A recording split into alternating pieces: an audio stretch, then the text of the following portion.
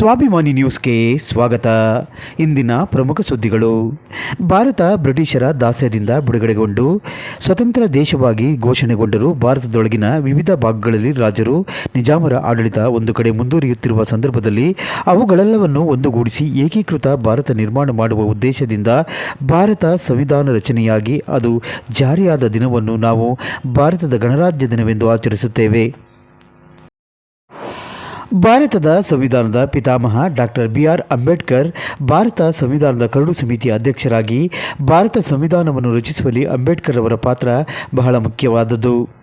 ಪ್ರಜಾಪ್ರಭುತ್ವಕ್ಕೆ ಇನ್ನೊಂದು ಹೆಸರೇ ಭಾರತ. ವಿಶ್ವದಲ್ಲಿ ಅತಿ ದೊಡ್ಡ ಲಿಖಿತ ಸಂವಿಧಾನ ಹೊಂದಿರುವ ದೇಶ ಭಾರತ ಎಂಬುದು ನಮಗೆ ಹೆಮ್ಮೆ. ಈ ಬಾರಿಯ ಗಣರಾಜ್ಯೋತ್ಸವ ಅತಿ ವಿಶೇಷವಾಗಿ ಮೂಡಿಬಂದಿದ್ದು, ರಾಷ್ಟ್ರಪತಿ ಶ್ರೀಮತಿ ದ್ರೌಪದಿ ಮುರ್ಮು 76ನೇ ಗಣರಾಜ್ಯೋತ್ಸವದಲ್ಲಿ ಸೇನಾ ತುಕಡಿಗಳಿಂದ ಗೌರವ ವಂದನೆ ಸ್ವೀಕರಿಸಿದರು.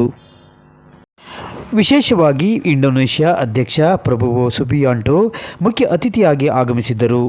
ಸುಮಾರು 10,000 ಸಂಖ್ಯೆಯ ಆಸನದ ವ್ಯವಸ್ಥೆ ಮಾಡಲಾಗಿದ್ದು, ಸುಮಾರು 45,000ಕ್ಕೂ ಹೆಚ್ಚು ಜನ ಈ ಸ್ಥಳದಲ್ಲಿ ವೀಕ್ಷಣೆ ಮಾಡಿದರು.